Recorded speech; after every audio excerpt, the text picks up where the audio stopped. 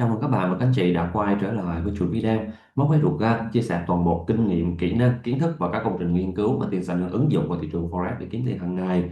Hôm nay Xanh chia sẻ đến bạn một bài học cực kỳ quan trọng dành cho những trader yêu nghề Forex, muốn học được những cái phương pháp nó khác biệt, nó ngoài sách vở và quan trọng là nó hiệu quả và đầy tính thực tế ở trên biểu đồ.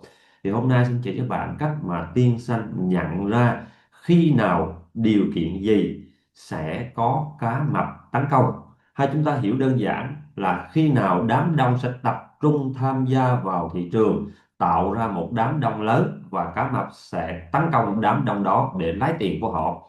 Và nếu mà các bạn đã từng giao dịch Forex và các bạn đã từng thua lỗ, đã từng cháy tài khoản thì hãy comment tôi đã từng thua lỗ ở bên dưới phần bình luận ngày hôm nay, để Sơn có thể chỉ cho bạn về những bài học giúp bạn có thể là biết được nguyên nhân tại sao chúng ta luôn thua lỗ và luôn thua lỗ giống số đông ngoài kia. Và nếu mà bạn đã thấy rằng mình thua lỗ, bạn nhận ra vấn đề rằng mình có thua lỗ, thì chúng ta phải khắc phục cái vấn đề đó trước khi tiếp tục những cái giao dịch mới trong tương lai.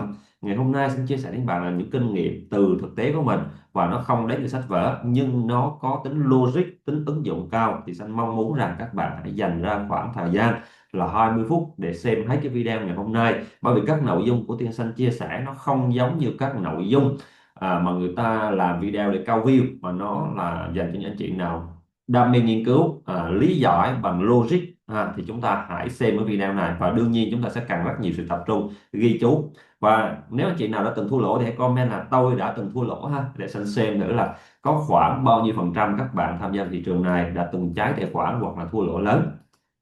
Rồi chúng ta sẽ đến với bài học ngày hôm nay. Bài học ngày hôm nay Sơn sẽ chỉ cho bạn là khi mà Sơn nhìn vào biểu đồ giống như các anh chị thôi, thì Sơn cũng tìm kiếm những cái cơ hội vào lệnh để có lợi nhuận giống như các bạn. Sơn hoàn toàn giống các bạn, và cái điểm xuất phát của Tiên Sơn cũng giống như các bạn, từ một người bình thường đang làm văn phòng và không biết gì về thị trường Forex này, rồi mình cũng đi mằn mằn mò, mình học tập từ nhiều nơi, nhiều nguồn trong một khoảng thời gian dài, rồi mình cũng gặp những cái sai lầm, các bạn cũng cháy tài khoản, và Sơn tự tin rằng là Sơn cháy tài khoản nhiều hơn các bạn, và Sơn tự tin rằng mình thua lỗ nhiều lần hơn các bạn.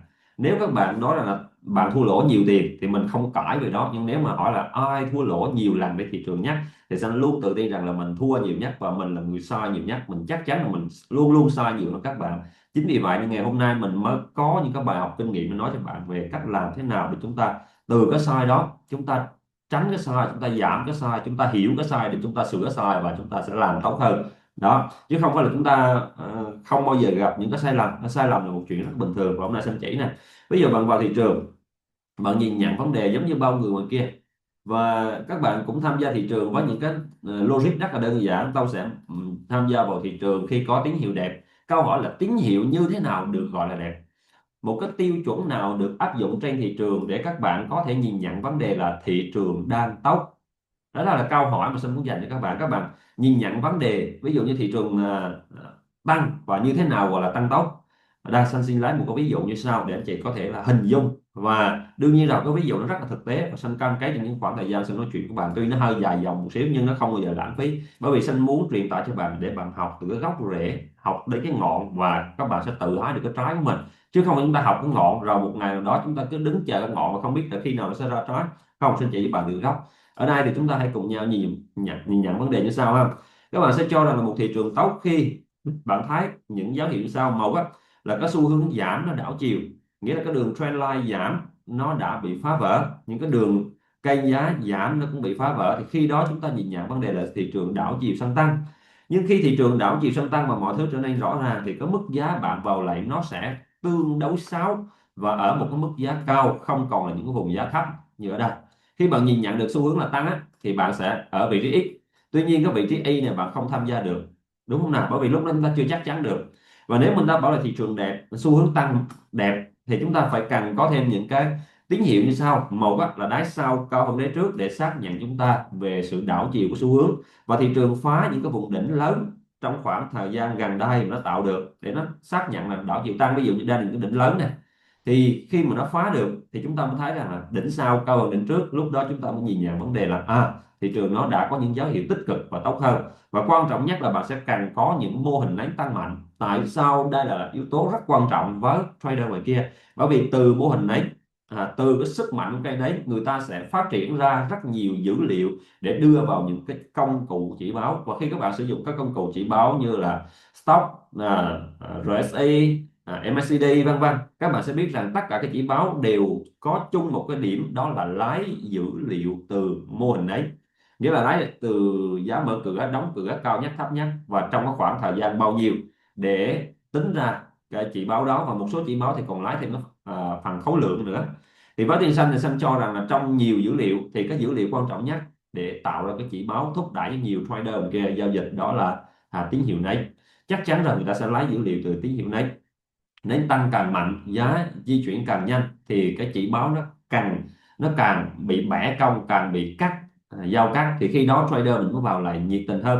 Thì đương nhiên ở đây các bạn sẽ thấy những mô hình nến tăng rất là mạnh liên tiếp ở đây. Và với tiên xanh thì xanh bảo đó là những cái điều kiện mà mọi người gọi là đẹp. Đẹp là khi chúng ta có ít nhất ba điều kiện. Một là xu hướng rõ ràng, cái từ khóa là xu hướng nó càng rõ ràng, xu hướng nó càng di chuyển trong một cái trục đường thẳng mà chúng ta có thể nhìn thấy được. Tuy rằng nó không phải là đi theo một đường thẳng, nhưng nó phải đi quanh một cái trục đường thẳng. Các bạn nhớ này, ví dụ xanh nói đây là một cái đường thẳng đúng không, thì giá nó không đi theo đường thẳng nhưng nó phải di chuyển quanh một cái trục đường thẳng này, nó lay xuống nè, nhưng mà nó di chuyển được, thì chúng ta mới gọi là một cái xu hướng mạnh và rõ. Thứ hai là chúng ta cần phải có những mô hình ấy cũng mạnh và rõ. Mạnh nghĩa là nó di chuyển với những cây nến thân dài liên tiếp nối với nhau như thế này, thì chúng ta gọi là những mô hình nến mạnh, đúng không nào? Và nó rõ ràng nghĩa là nó sẽ là những cây nến thân dài, không phải là các loại nến doji và đi ngang. Đây, thì khi này chúng ta sẽ gọi là thị trường di chuyển rõ và mạnh. Và quan trọng nhất là nó phải phá qua những cái vùng đỉnh, những cái vùng kháng cự hoặc hỗ trợ mà nó đã tạo ra từ quá khứ. Nghĩa là hiện tại nó phải phá vỡ quá khứ thì nó mới tạo ra một cái niềm tin trong tương lai. Đó là cách mình con người chúng ta suy nghĩ. Vậy thì với Tiên Xanh thì Xanh luôn nhìn nhận vấn đề là khi mà tất cả mọi người nhìn thấy vấn đề và mọi người đều thấy, thì Xanh tin chắc là các bạn cũng sẽ nhìn thấy những thứ mà người khác nhìn thấy. Tức là lúc này chúng ta gặp nhau và chúng ta gặp đám đông và chúng ta hòa quyện vào đám đông đó. Tiên Xanh thì cho rằng bất kỳ khi nào một đám đông được tạo ra thì nó phải được hình thành từ các yếu tố như sau. Một, họ có chung góc nhìn và nhận định về thị trường. Góc nhìn là gì? Là chúng ta phải nhìn các dữ liệu trên biểu đồ, đúng không? Rồi chúng ta cũng giống như bao người ngoài kia là cũng nhìn vào cái biểu đồ này, có chung góc nhìn là thị trường nó đang có cái view tăng rất là tốt. Đây, cái view này là view tăng này. Chúng ta có chung góc nhìn, chúng ta có chung những cái dữ liệu và chúng ta có chung những cái quan điểm. Rồi cái quan trọng nhất là các bạn phải có chung một cái niềm tin. Tin rằng là thị trường đã đảo chiều, tin rằng thị trường sẽ tiếp tục tăng nữa, và tin rằng bạn có thể kiếm được tiền giống như những người chơi khác. Đó là yếu tố về niềm tin. Và để củng cố về niềm tin này, chúng ta thường nhìn thấy mô hình ấy nó hay có một điểm gọi là điểm retest. Retest tức là cái điểm kiểm tra lại trước khi tiếp tục tăng. Ở đây chúng ta thấy là thị trường đã phá qua khỏi một vùng, xin gọi là vùng cản, các bạn có thể gọi nó là kháng cự, hỗ trợ hoặc là những cái vùng đỉnh tùy theo khái niệm của các bạn, nhưng xin hay gọi tóm gọn đơn giản nó là một vùng cản, cản trở sự di chuyển của giá. Nhưng mà khi nó bị phá vỡ rồi thì đây sẽ là một vùng hỗ trợ cho sự di chuyển của giá trong tương lai. Thì chúng ta học về những khái niệm này trong phân tích kỹ thuật rất là dễ thôi. Và các bạn thấy rằng lúc này là mọi người vào mua ở đây và họ sẽ chờ giá tiếp tục tăng để mua thêm, đúng không nào? Chuyện đó là rất bình thường. Và nhờ có thì lúc nào cũng chiều lòng của các trader để tạo ra một cái đám đông lớn. Thì như thế nào gọi là một đám đông lớn? Họ phải có chung một cái góc nhìn giống nhau, họ phải có chung một cái suy nghĩ, họ có chung một cái kỳ vọng, và họ thường chờ đợi những cái vùng giá tốt hơn và họ muốn vào lệnh lần thứ hai, lần thứ ba. Ở đây thì Xanh cũng nhìn vào các bạn thôi. Các bạn hãy hỏi là một con bạc nó chơi một lần nó có đã không ạ? Nó phải chơi hai lần, ba lần. Tại sao những cái trò nào mà liên quan đến tính tâm lý hoặc nghiện ngập thì nó đều yêu cầu số lần phải rất nhiều, và thường á, là nó không bao giờ muốn dừng lại. Con người mình là vậy. Chúng ta thấy cái gì ham á, là mình muốn lần hai, lần ba, lần tư và lần cái n, chứ không ai muốn dừng lại ngay. Đó là cái tâm lý của trò chơi, và khi chúng ta đã tham gia vào trong trò chơi, chúng ta sẽ bắt đầu bị cuốn vào, và cái guồng trò chơi này sẽ tạo ra một cái đám đông lớn. Và với Tiên Xanh thì khi nào Xanh gọi là đám đông lớn? Yếu tố thứ nhất, Xanh xin phép ghi lại đây để cho mọi người thể ghi lại trong quyển sổ của mình. Đó là mọi người phải có chung góc nhìn, chung một cái niềm tin. Bởi vì chúng ta từ một cái dữ liệu giống nhau và từ những cái kiến thức giống nhau, đúng không? Từ cái tâm lý giống nhau thì chúng ta sẽ chung góc nhìn, chung niềm tin và chung cái hành động. Hành động sẽ tạo ra những cái kỳ vọng. Hành động là gì? Chúng ta tham gia vào mua, và ai cũng vậy thôi. Giờ xin hỏi nha, ví dụ như người mua ở A này, người mua ở A thì chắc chắn là khi họ mua, khi vị trí này nó phá đỉnh thì họ muốn là tìm về một cái vùng đỉnh cũ để họ chốt lời. Thì đây là góc nhìn chung của mọi người, ai cũng nghĩ là sẽ chốt lời về một vùng đỉnh gần đó, đó là góc nhìn của người A. Ngược lại với người B, người B này cũng vào mua và họ sẽ kỳ vọng rằng là sẽ chốt lời về cái đỉnh này, cái đỉnh trong quá khứ này. Đó, đó là góc nhìn của mọi người. Và người A và người B này sẽ có điểm chung vậy là gì? Họ sẽ cùng có những cái điểm SL bên dưới cái vùng hỗ trợ, đó là cái điểm SL các bạn. Và thường với thị trường vàng các bạn sẽ hay dừng lỗ dưới cái khoảng khoảng SL của mình á, dưới cái vùng cản là thường đâu đó là tầm 5 đến 10 giá cho thị trường vàng. Đấy, 5 đến 10 giá đó là khung thời gian mà các bạn hay tham gia nhiều nhất là H1 với lại M30 á. Những khung thời gian loanh quanh trong khung thời gian giờ với phút á, các bạn vào rất là nhiều và hay đặt dừng lỗ 5-10 giá là giá kiểu dựng hay quét này, các bạn sẽ để ý thấy cái điều này thường xuyên xảy ra. Nhưng cái câu chuyện ở đây là khi nào được gọi là đám đông, là yếu tố thứ hai đám đông. Đám đông đặt cược và quan trọng nhất là cùng chiều. Chúng ta hãy nói nè, từ khóa đầu tiên là cùng chiều, tức là lúc này mọi người đều giao dịch ở một chiều, không ai nghĩ đến chuyện bán cả, tất cả chúng ta đều nghĩ đến chuyện mua. Và nếu chúng ta nghĩ đến chuyện bán, chúng ta sẽ thường kỳ vọng về những cái vị trí này. San xin phép mô tả cho anh chị xem ha. Ví dụ chúng ta sẽ kỳ vọng về vị trí này để bán, tuy nhiên là giá chưa chạm cái vùng này nó đã giảm, các bạn thấy không? Ở lần tăng đầu tiên giá nó có di chuyển lên nhưng nó chưa chạm cái đỉnh này, chưa chạm đỉnh ở mức giá là 4769 mà nó đã vội vàng giảm. Thì các bạn thấy đó, mọi người khi mà tham gia thị trường mà tăng á, là người ta muốn đặt cược ở chiều nào mà có lợi nhuận cao, rủi ro thấp là họ sẽ đặt cược cái chiều mua, và không ai nghĩ đến chuyện bán. Trong trường hợp này bán thì có chờ đến này để bán, mà giá nó chưa có đến nào nó đã vội vàng giảm rồi. Nên chốt lại với nhau trong cái cấu trúc này, trong quá trình giá tăng là chỉ toàn người ta mua thôi, không ai bán cả, không ai nghĩ đến chuyện bán đâu. Bán thì các bạn sẽ chờ những cái vùng đỉnh này các bạn bán, nhưng các bạn sẽ nhận ra một cái đặc điểm là tại vị trí này, vị trí này và vị trí này giá chưa chạm đỉnh nó đã vội vàng giảm. Nên chúng ta nhận ra vấn đề là nhà cái không cho người bán vào lệnh. Chúng ta sẽ ghi vào đây ha, là nhà cái không cho người bán cái điểm vào lệnh. Vậy tại sao nó lại như vậy? Tại vì nhà cái không muốn trader vào bán, chỉ muốn tạo điều kiện cho người ta mua thôi. Và lúc này là sự cùng chiều, tức là tất cả mọi người đều nhận ra vấn đề là chỉ có thể mua là tốt nhất, còn bán là nó không hiệu quả. Tiếp theo chúng ta phải đặt cược, và đặt cược ở đây là một cái từ khóa đặt cược lớn. Đặt cược lớn như là gì? Chúng ta phải đặt cược nhiều tiền ở nhiều vùng giá khác nhau với một cái tâm lý là sẽ chắc thắng.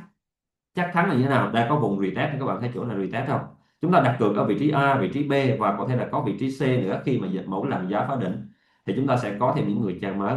Và một cái đám đông nghĩa là gì? Đám đông phải từ hai người chơi trở lên. Hai người chơi, nếu chỉ có một người chơi thì thường đó không được gọi là đám đông, hoặc một cái đám đông không đủ lớn, nó chỉ là một cái đám nhỏ nhỏ thôi chứ không phải là đám đông. Và đám đông nghĩa là khi có từ hai người chơi trở lên.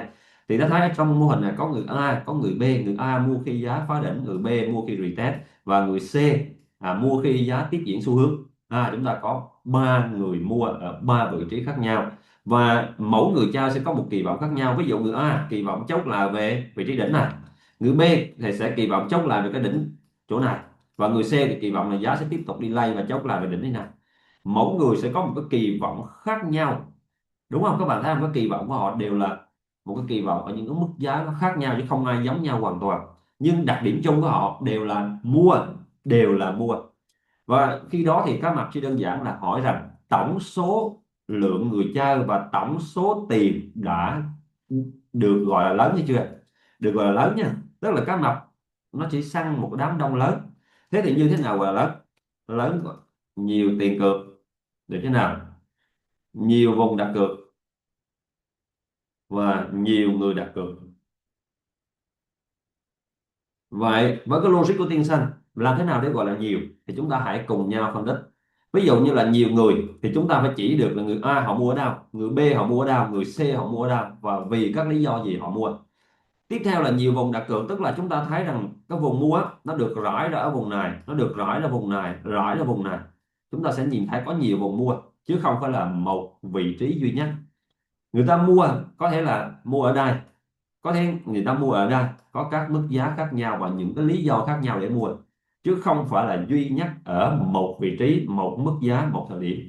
Đấy gọi là số nhiều. Tiếp theo là nhiều tiền đặt cược. Nhiều tiền đặt cược nghĩa là gì? Ví dụ người A họ kỳ vọng là chốt lại về đỉnh thì họ đặt cược với nhiêu tiền. Cái khoản tiền của người A ta gọi là A1. Rồi khoản tiền của người B thì họ kỳ vọng chốt là về cái đỉnh cũ này, chúng ta gọi là B1. Khoản tiền của người C thì họ kỳ vọng là đi xa hơn về tới cái đỉnh trên này thì ta gọi là C1 chẳng hạn. Thì mỗi người họ sẽ có một cái khoản tiền khác nhau để đặt cược vào, nhưng tổng lại nó là một lượng tiền lớn. Vậy với Tiên Xanh thì Xanh gọi là khi một đám đông lớn được tạo ra thì lúc đó các mặt sẽ đi săn. Chuyện mà họ nuôi thì Xanh xin phép hỏi các bạn ha, các bạn nuôi ấy, để làm gì? Nuôi chắc chắn là các bạn thịt, đúng không nào? Đó là mục đích của bạn là các bạn thịt, nhưng các bạn thịt là thịt con lớn hay con nhỏ à? Thịt là lúc nào thịt con lớn, đúng không nào? Chúng ta nuôi, chúng ta cho nó ăn để nó làm gì? Để nó lớn. Lớn để làm gì? Chúng ta thịt cho nó có nhiều, đúng không? Thịt cho nó có nhiều thịt, chứ còn mà nó ốm o gầy mòn nó không lớn được thì nó còi cọc, thì chúng ta thịt nó không chỉ toàn là xương, đúng không nào? Chúng ta làm thịt nó chỉ toàn là xương thôi. Đó là một cái nội dung mà Sanh cố gắng là truyền tải cho các bạn để các bạn dễ hiểu ha, dễ hiểu về cái khái niệm của Tiên Xanh là làm thế nào để nhận ra một cái mô hình mà sẽ có cá mập họ tấn công. Và ở đây Sanh xin phép sẽ vẽ ra cho các bạn xem những cái vị trí có người mua. Đầu tiên là người A mua ở đây, tiếp tục chúng ta có người B mua ở đây, chúng ta cũng có người C mua ở đây, chúng ta cũng có người D mua ở đây, chúng ta có người E mua ở đây, và chúng ta cũng có người F mua ở vị trí ngày hôm nay. Đây cái vị trí này có nhiều người mua ở nhiều vị trí khác nhau, nhưng chúng ta thấy là những người bán thì hầu như không không có điểm vào lệnh đẹp. Ví dụ chúng ta muốn bán đầu tiên với người A thì chúng ta sẽ nghĩ đến câu chuyện là nghịch đảo người A, thì chúng ta gọi là, ở đây xin phép ghi ra một cái chữ khác, cái chữ màu khác, đây là A.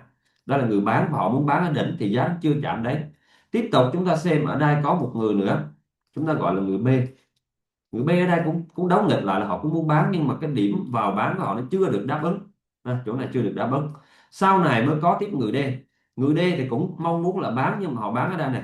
Người D là muốn bán ở chỗ này. Đây người D muốn bán ở đây nhưng mà giá nó lại lên và nó vượt quá, và khi nó tăng vượt qua mà nó lại lấy thân giò thì người ta không dám bán, khổ vậy chứ. Tức là không phải là không bán được, mà chỉ đơn giản là các dữ liệu nó không đảm bảo cho một lệnh bán gọi là đẹp, gọi là như ý các bạn, nó không đạt được thôi. Rồi, và tương tự như vậy ở bên dưới này cũng có những người khác nhau muốn bán, nhưng mà hầu như là họ không đáp ứng được. Ví dụ đây chúng ta cũng có là người F chứ nè, họ muốn bán chỗ này, họ muốn bán lên đỉnh này, cuối cùng nó cũng là đâu có lên tới đỉnh đâu. Vậy thì các vị trí bán nó bị cản trở, chứ không nó không xảy ra các bạn ạ, nó bị cản trở, nó bị làm khó trên thị trường. Tuy nhiên các vị trí mua thì nó ngược lại, nó lại rất dễ dàng. Những cái vị trí nào để các bạn mua, các bạn thấy nó sắp hàng như này để các bạn vào mua. Và khi chúng ta vào mua vì những lý do đơn giản như là giá chạm vùng hỗ trợ, mua theo bộ nến đảo chiều như chỗ này, được bộ nến đảo chiều là y như rằng hôm nay giá nó giảm xuống và giảm rất là sâu. Và Tiên Xanh thì có gửi một số các thông tin trong nhóm và Xanh chỉ cho các bạn về các khoảng thời gian cũng như mức giá mà thị trường có thể giảm được. Thì chúng ta có thể sử dụng cái cách như sau là đo khoảng giá tăng này, tăng lên được bao nhiêu thì chúng ta có thể ước chừng là giá sẽ giảm xuống bao nhiêu, thì chúng ta ước chừng là giá sẽ giảm xuống là mức giá 4.524. Khoảng giá này các bạn ha, 4.524 thì tại vị trí này giá có khả năng là quay đầu tăng lên trở lại. Và các bạn có thể xem trên cái video này trong tương lai thì chỗ này nó có tăng lên lại hay không nha, các bạn có thể kiểm tra lại một chút. Rồi còn với tiên xanh thì xin chỉ cho bạn thấy là có rất nhiều người mua ở trong vùng này, và ở đây tạo ra một vùng người chơi lớn và cá mập thì chắc chắn không thể nào bỏ qua việc này rồi. Họ chỉ đơn giản là chọn ngày đẹp, ngày lành tháng tốt để tổ chức bữa tiệc của họ mà thôi, và bữa tiệc của họ ra vào ngày hôm nay. Và hôm nay thì Sanh cũng xin phép chỉ với các bạn là có một bạn tên là Cúng Đạo Đức, thì bạn có gửi Sanh một cái hình như thế này và hỏi rằng là hôm nay thị trường sẽ có biến và nhờ anh em tư vấn thêm. Thì chắc chắn rồi, đây là một phương pháp mang tên là cửa sổ thời gian, nó sẽ giúp cho các bạn biết được vào ngày nào thị trường sẽ có một cái biến động mạnh, và chúng ta có thể nhìn thấy ở đây cửa sổ thời gian sẽ chỉ vào ngày hôm nay, và thị trường ngày hôm nay đã giảm là khoảng 117 cho đến 120 giá tính từ mức giá mở cửa. Và Sanh có thể hướng dẫn cho các bạn là cách mà mã tính như thế nào thì Sanh xin phép sẽ chỉ ha. Mà về phương pháp cửa sổ thời gian, đây là một cái phương pháp nó đơn giản bằng việc là chúng ta sẽ tìm một vị trí đỉnh và một vị trí đáy thấp nhất, đỉnh cao nhất và đáy thấp nhất. Ví dụ đây bạn thấy đây là cái đỉnh cao nhất và đây là đáy thấp nhất, thì bạn có thể vẽ một cái hộp như thế này để chúng ta có thể bao trùm khoảng thời gian. Ở đây chúng ta gọi là khoảng thời gian. Vậy thì cấu trúc như sau, nó sẽ cho chúng ta biết được là tới khi nào thị trường sẽ có một cái dấu hiệu di chuyển mạnh. Ở đây sẽ gọi là di chuyển mạnh. Thì chúng ta hiểu này như thế nào? Chúng ta hiểu cách hiểu này. Ví dụ bạn biết rằng là cái thời tiết đi, thời tiết ở Sài Gòn hoặc ở đâu đó, ở chỗ nào đó là có 6 tháng nắng, ví dụ như vậy, 6 tháng nắng, thì chúng ta sẽ hình dung được là nếu tổng của thời gian nha, tổng thời gian một năm có 12 tháng mà có 6 tháng nắng, thì nếu mà chúng ta muốn biết là khi nào sẽ đến một cái chu kỳ nắng nữa thì chúng ta sẽ biết là 6 tháng tiếp theo. 6 tháng tiếp theo thì nó có thể là mưa, nhưng nếu mà chúng ta muốn quanh lại cái chu kỳ của trời nắng thì chúng ta phải đợi ở sau 6 tháng tiếp theo nó qua đi thì chúng ta đã biết được là khi nào cái chu kỳ nắng lại quay trở lại. Với hai điều kiện, điều kiện thứ nhất là bạn phải biết được cái nguyên tắc, và điều kiện thứ hai là bạn phải có được kết quả tổng. Hay Sanh đã từng chỉ cho bạn một cái công thức mà Sanh hướng dẫn về phương pháp cửa sổ thời gian này. Chúng ta biết rằng A, B và C, đó A B C, trong đó A là hằng số đi, A là hằng số, B là biến số và C là ẩn số. Vậy hằng số là thứ không thay đổi, biến số là thứ thay đổi theo điều kiện thị trường, và C là ẩn số là thứ mà chúng ta không biết và chúng ta cần tìm. Vậy nếu thị trường ta biết rằng tổng kết quả của nó luôn luôn là không, các bạn luôn luôn biết một cái công thức của nó, hằng số nó chính là một trò chơi cân bằng về điểm không. Mà ở đó chúng ta đã từng nghe một câu nói là tổng lượng tiền của những người chơi, đúng không? Tổng lượng tiền của họ đấy, thì tổng lượng tiền của cái người thua tiền. Có một câu nói nè, thị trường forex là một cái thị trường tổng bằng không. Các bạn đã từng nghe câu đó chưa? Bạn nghe câu đó bạn đã hình dung được mường tượng sơ sơ, đúng không? Rồi có một câu nói nè, tổng lượng tiền của người chơi mất sẽ bằng tổng số tiền của người chơi kiếm được. Đó, tức là tiền nó sẽ nằm im, nó lăn quanh, nó chỉ chuyển từ túi người này sang túi người khác, cho nó chả mất đi đâu cả.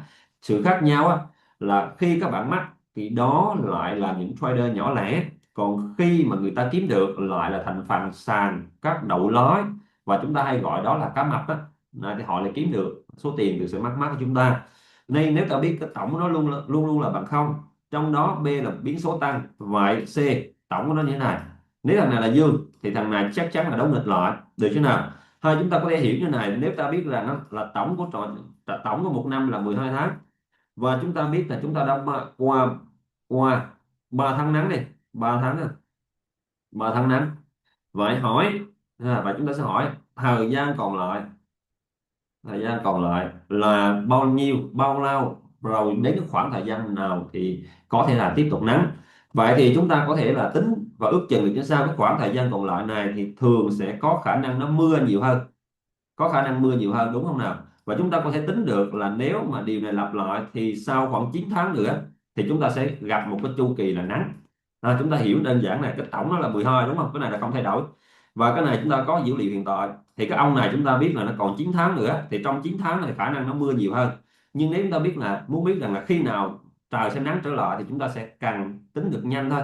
Thì qua 9 tháng nữa thì cái đấy này các bạn sẽ có thêm 3 tháng nắng, này là điều chắc chắn. Nên cái cách của phương pháp cửa sổ thời gian là một cái hệ thống, tuy nó hơi khó giải thích một tí nhưng nó có một cái logic riêng của nó, bằng việc là nhìn vào sự di chuyển của một chu kỳ hoặc là một con sóng để chúng ta có thể hiểu được khoảng thời gian nào sẽ có biến động mạnh. Và cái khoảng thời gian biến động mạnh đó chúng ta sẽ tận dụng để kiếm tiền, để trục lợi cho bản thân mình. Có thể các bạn sẽ vẽ như thế này, còn một số anh chị khác thì có thể không vẽ một chu kỳ. Ví dụ chúng ta cần phân định như này, một chu kỳ nó có thể bao gồm nhiều con sóng nha. Các bạn lưu ý là một chu kỳ có thể là gồm nhiều con sóng tăng và giảm. Đấy, nhưng mà ngược lại một con sóng thì thường nó ví dụ như này, đây là một con sóng giảm chẳng hạn, đây là một con sóng giảm.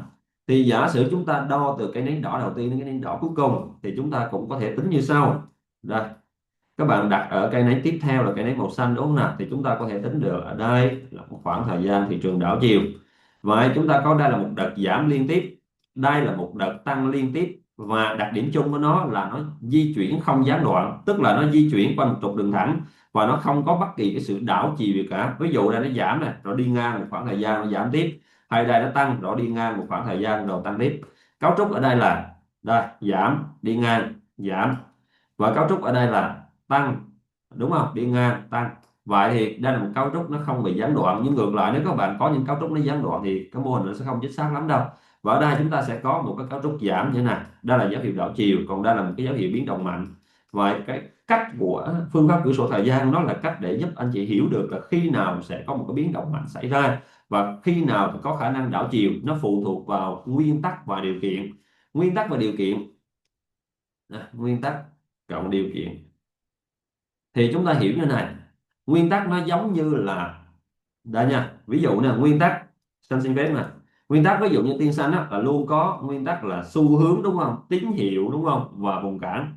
Thì các bạn hãy hình dung cái nguyên tắc này nó giống như một ông đầu bếp á, ông ta muốn làm bánh thì ông ta phải có bột, đúng không nào, phải có đường.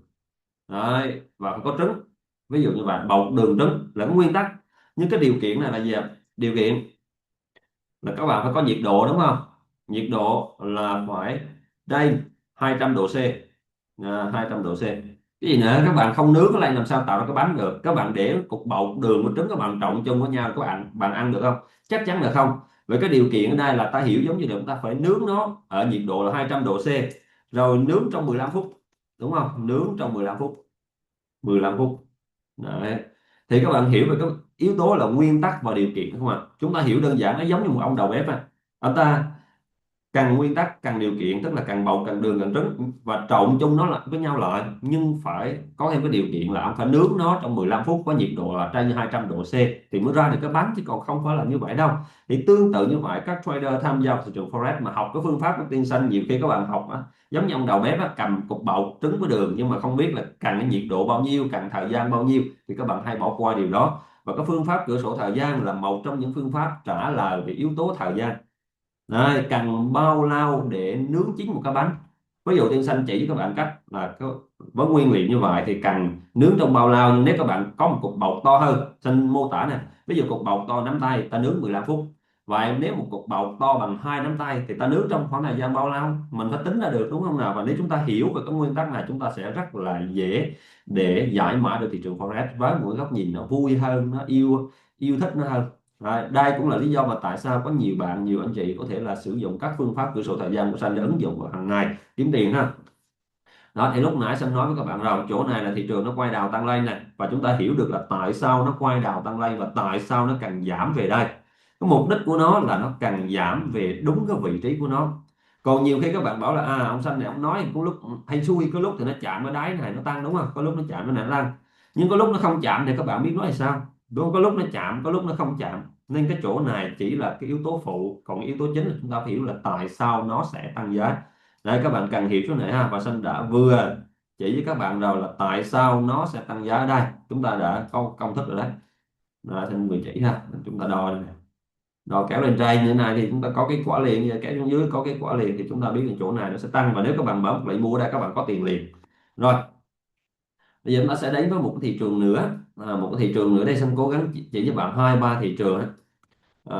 Ví dụ cách của Tiên Xanh ha, chúng ta quay trở lại chủ đề chính là làm thế nào để biết được con đám đông á. Thì Xanh hay dùng một vài cái cách đơn giản thế này.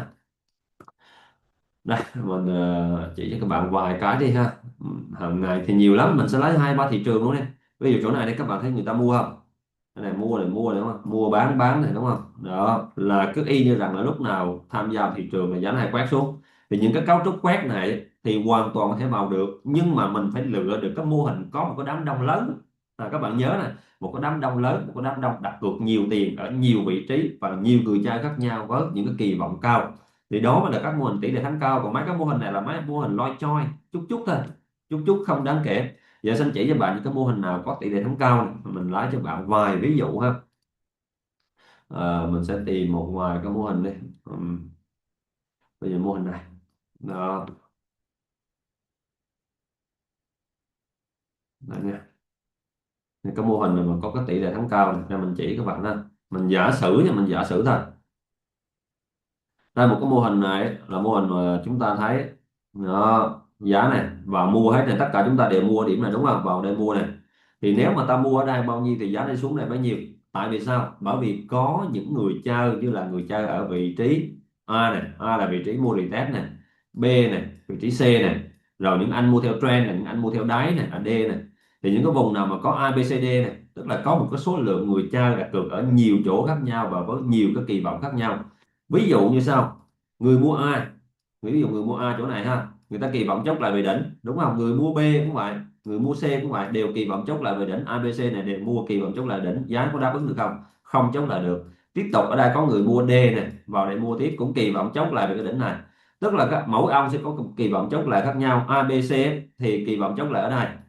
Rồi, trong khi đó ông D thì kỳ vọng chốt lại ở đây. Mỗi ông thay đổi kỳ vọng khác nhau nhưng đều có chung một cái hành động, đó là mua, và đều có chung những cái tín hiệu giống nhau, như là đi theo xu hướng, đi theo tín hiệu, hoặc là đi theo những cái vùng cản. Đây tín hiệu đánh đảo chiều là vào mua, thì cái y như rằng chúng ta vào mua là giá nó quay đầu, nhưng khác nhau là nó sẽ quay đầu tới đâu, thì nó phụ thuộc vào việc là còn ai đang ở trong thị trường. Còn ai đang ở trong thị trường, ví dụ như cái mô hình này là làm thế nào để biết được giá sẽ đi tới đâu. Thì anh chị thấy chỗ này nè, đó, ở đây ha, giá đi lên, đi lên này, nó lên tới đây. Đó, rồi nó giảm, thì câu hỏi là một á, là nó sẽ giảm về khoảng này, hay là nó giảm, chúng ta đo hết cái nguyên cái ổ này nè, rồi nó giảm về đây. Câu hỏi là nó sẽ giảm về đâu.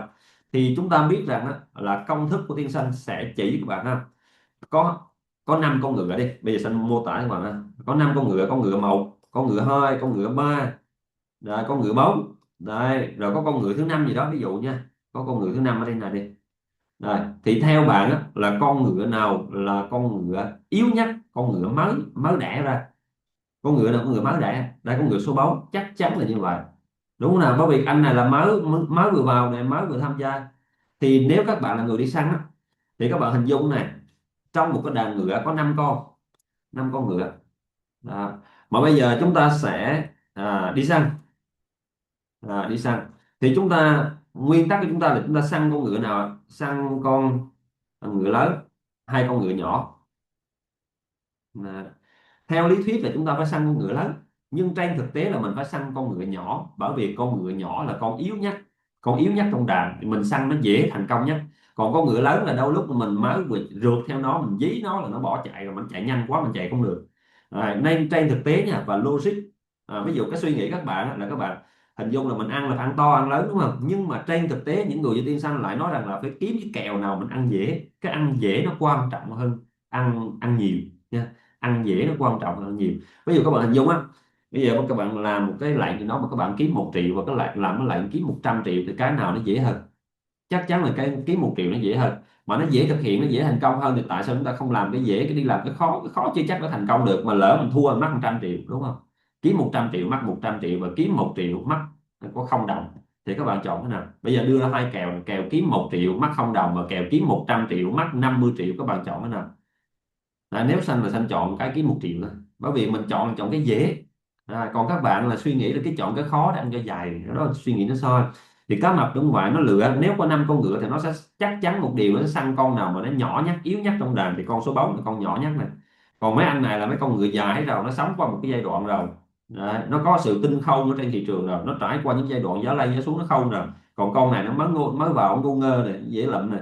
Thì với Tiên Xanh sẽ có một logic như này: nếu mà đi săn á, thì kẻ đi săn sẽ luôn lựa con yếu nhất để săn trước. Điều đó sẽ cho chúng ta biết rằng, ví dụ mô hình đấy nè, nó tăng lên được là cái nấy xanh lên được bao nhiêu, đúng không?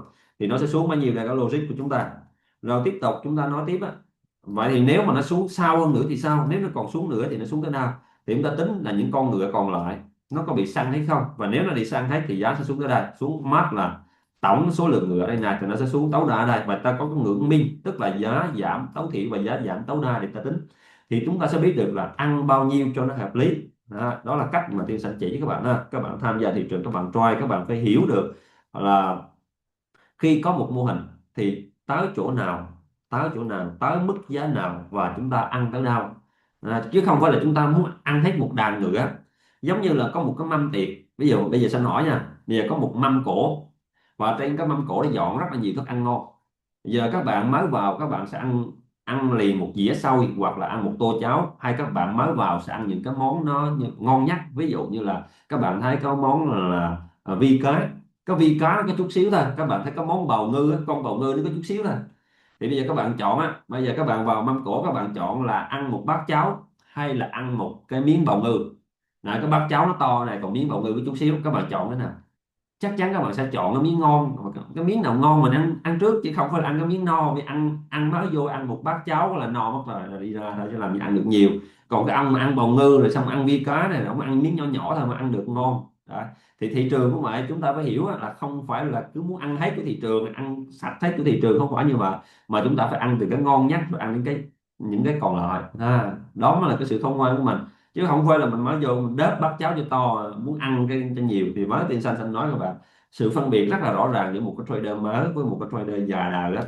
Đó là họ họ cũng tham cũng như bạn, nhưng mà họ tham á, ví dụ ông này là ông tham cái mô hình nào có xác suất thắng cao, mô hình nào dễ kiếm tiền. Còn cái ông kia là tham á, là cái mô hình nào ăn á phải tính bằng lần, ăn một bỏ một ăn được 5 10. Nên các bạn thấy những cái kèo mà những anh chị nào máu hai trái tài khoản là toàn là dính vào mấy cái kèo mà tham á, ăn tham, ăn rồi muốn ăn nữa. Còn cái người mà họ không, là ăn là biết đủ là họ ngừng, và biết cách nào dễ để mà ăn. Đấy, còn mình là cứ thế mà đớp vô là cứ hay hay trật lắm, hay sai lắm các bạn. Nên đó là cái kinh nghiệm mà Sanh muốn chỉ các bạn ha. Và bây giờ mình lấy thêm một cái ví dụ đây, bởi vì có rất là nhiều thị trường mà. Ví dụ như cái thị trường này đi, mình hàng ngày có rất là nhiều mô hình, rất nhiều cái cặp tiền khác nhau để mà tham gia vào. Thì có nhiều bạn cũng hỏi xem rằng là cái mô hình nào dễ ăn, cái mô hình nào nó ngon để mà vào ăn. Đấy, rất nhiều mô hình. Ví dụ cái mô hình này đi, là các bạn thấy chỗ nào đây, điểm chạm 1 2 3 đúng không? Thường thường là một cái mập nó hay vào đi săn lắm, thì có điểm chạm cuối này, điểm chạm số bóng này. Thì cá mập á, là lúc nào nó cũng lựa cái mô hình nào có nhiều người vào mua. Đây, ông mua A này, ông B này, ông C này, ông D này, ông mua chỗ này. Thì câu hỏi là nó sẽ đi tới nào là tối thiểu và đi tới nào tối đa. Thì chúng ta biết là cái mô hình này mình sẽ đo cái vùng tối thiểu là ông D này. Ông vào mua theo cây nấy, các bạn thấy chỗ nào đó, ông D này ông mua chỗ này này, đó ông mua chỗ này. Thì ông kỳ vọng tới đâu ạ? Ông D này. Mình chỉ các bạn phóng to cho sợ anh chị nhìn nó không rõ ha. Này, mua chỗ này đó, anh mua chỗ này này đó, lên tới đây này. Thì chúng ta biết rằng là nếu mà ít nhất gì trong cái mô hình này thì nó phải giảm về đây. Đó là chuyện bình thường. Đây ha, cấu trúc này lên bao nhiêu giảm xuống bao nhiêu. Đó, nhưng mà khi mà giá nó giảm xuống thì người A B C D này ngay lập tức nhận ra vấn đề. Thì các bạn biết đó, ví dụ có một con ngựa già, có đây có 3 con ngựa già và một con ngựa trẻ. Thì có những con ngựa già rất là tinh khâu, nó biết là nó né tới chỗ này, nó né hết, bọn này nó bỏ chạy. Chỉ có duy nhất con ngựa non này là bị gọi là bị sư tử nó bắt á. Bị sư tử, bị cá mập nó đớp á. Sư tử nó bắt cá mập nó đớp á. Thì ông D này coi như là ra đi. Nhưng mà trong quá trình ông D ra đi á, thì sẽ có người số 1 là vào để bán, sẽ có người số 2 vào để bán, sẽ có người số 3 vào để bán. Những người vào bán đây với các lý do khác nhau. Và các bạn để ý nè, cứ mỗi khi nào mà có một cái đám đông lớn nó tràn vào thị trường nó bán á, là y như rằng nó bị thịt. Trong cấu trúc này các bạn thấy có người số 1 người số 2 người số 3 đó, 1 2 3 này. Cứ tràn vào đây bán càng nhiều thì nhà cái nó càng dễ lệnh, bởi vì các bạn vào lệnh ở nhiều vị trí, nhiều thời điểm và nhiều tiền. Đấy. Đó, các bạn thấy chỗ này không? Thì có phải là giá lên ở đây là bạn soi không? Và nếu nó lên tới đây thì chúng ta hãy xem thử là ông nào mới vừa vào lệnh, ông nào non yếu, có thể là cả 3 thằng này đều là yếu, hoặc có thể là sẽ thằng số 2 này yếu thôi. Thì chúng ta xét thử là thằng nào yếu ớt nhất là dễ bị thịt. Và cái điều kiện đây là các ông đặt cược, đặt dừng lỗ ra, các ông đặt dừng lỗ là toàn trên cái round đấy này, là nó lên nó quét là chuyện bình thường nha.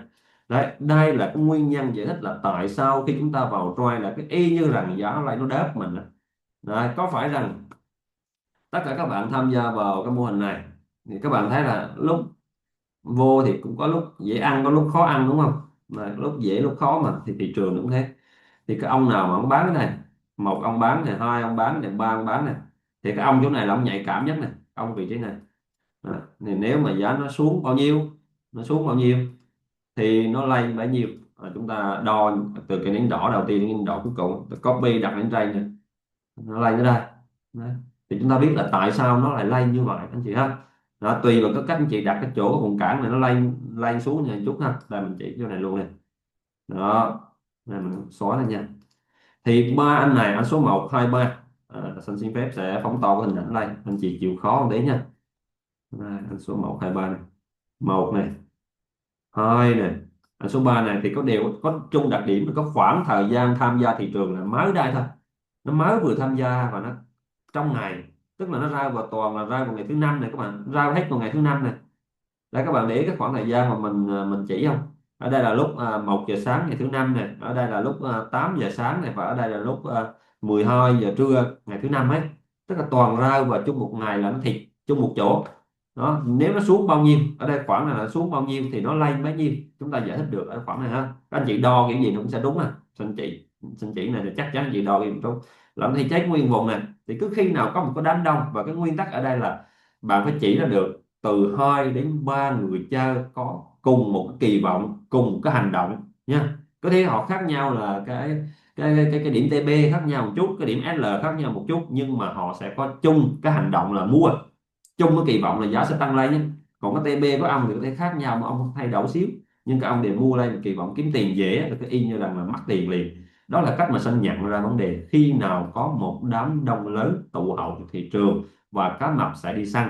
Đó là kinh nghiệm và bài học mà Sanh muốn truyền tải cho các bạn. Có thể là thời gian mình cũng đã khá là dài rồi, nên Sanh xin phép dừng video tại đây. Nếu bạn thấy những chia sẻ của Tiên Sanh là hay, hữu ích và nó phục vụ cho các trader đam mê nghiên cứu, thì có thể là comment tao thích những video này, để Tiên Sanh có thể ra những cái video khác phục vụ cho các bạn. Và anh chị nào mà muốn xem những cái chủ đề hoặc là muốn Sanh chia sẻ về cái chủ đề gì thì có thể là đặt câu hỏi gửi về Tiên Sanh, Sanh sẽ dành thời gian để trả lời, làm video hướng dẫn cho các bạn. Các anh chị ạ, Tiên Sanh xin cảm ơn và hẹn gặp lại mọi người. Bạn thân mến, chúng ta đều muốn kiếm tiền từ thị trường. Người ta nói muốn đi nhanh hãy đi một mình, muốn đi xa hãy đi cùng nhau. Nếu bạn cần một người đồng hành trên hành trình chinh phục thị trường tài chính đài chông gai phía trước, hãy nhấn vào phần link mô tả để tham gia vào nhóm tín hiệu giao dịch hàng ngày. Nó hoàn toàn miễn phí và không có bất kỳ khoản phí phát sinh nào. Bạn sẽ được tham gia vào cộng đồng các nhà giao dịch sôi động, mạnh mẽ và hiệu quả nhất cùng Tiên Sanh. Ngoài ra, Tiên Sanh cũng có rất nhiều phần quà bằng tiền mặt được gửi tặng đến bạn. Hãy nhấn vào phần link bên dưới để tham gia vào cộng đồng giao dịch và nhận được nhiều phần quà hấp dẫn ngay bây giờ.